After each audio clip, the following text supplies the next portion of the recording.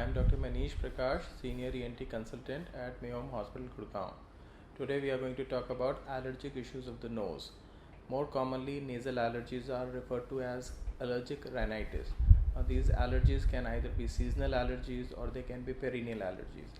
Seasonal allergies would majorly manifest in terms of seasonal changes, whereas perennial allergies would be present throughout the year and they would tend to bother patients all through the year.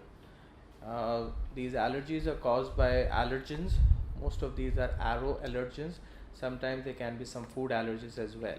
These aeroallergens are present in our environment, commonly like pollens. They can be house dust, they can be mites, and they can lead to a lot of allergic reaction within the nose. A typical allergic reaction manifests itself whenever the body comes in contact with the allergen. There is a lot of problem in the nose in terms of itching in the nose, in terms of watery discharge from the nose. The eyes sometimes tend to become red, they tend to itch, and this manifests with a lot of sneezing, and sometimes this will also be associated with some wheezing and difficulty in breathing also. This typical allergic reaction may last for a few minutes and may go on for a few hours as well, and this can also incapacitate the patient and lead to a lot of problems in the workplace as well. Okay. Now we are going to discuss about how do we handle these allergic problems. The easiest and the best way to handle these allergic problems is to avoid the allergens.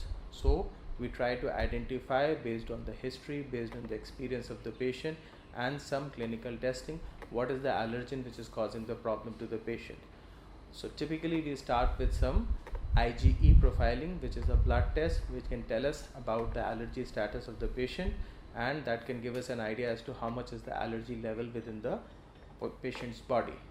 Also, we nowadays do some allergy profiling tests. These tests can tell us as to we are having specific allergy to which particular allergen, and we can do some blood tests which can tell us and guide us in the further treatment of the patient.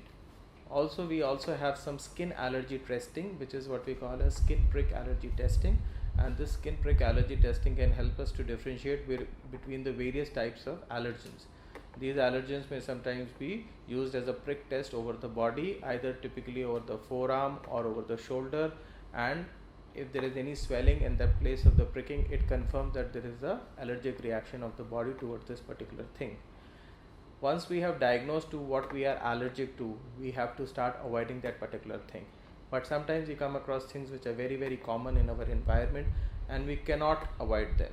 Something like dust mites, something like pollens, which we have whenever we go out, when we breathe in air, we can get exposed to these things. So we have to think about allergy suppression. When we talk about allergy suppression, it would mean that we can either use some antihistaminics or over-the-counter antihistaminics which can help us to suppress the allergic symptoms which are present within the body. Typically, we can use over-the-counter available medications like cetirizine, which can help us to decrease the severity of such kind of symptoms. Patients who have very high allergy levels and who have continuous symptoms are often advised to use some nasal sprays. These are typically INCS variety of nasal sprays, which are intranasal corticosteroid sprays. They help us to decrease the inflammation inside the nose and also decrease the allergic manifestations, which leads to improvement in the patient's overall well-being. Many of these anti-allergic medications may need a long-term usage, and the latest medications which are available are very good and very safe, and they can be used for a long period of time. And nowadays we also have newer modalities in terms of immunotherapy.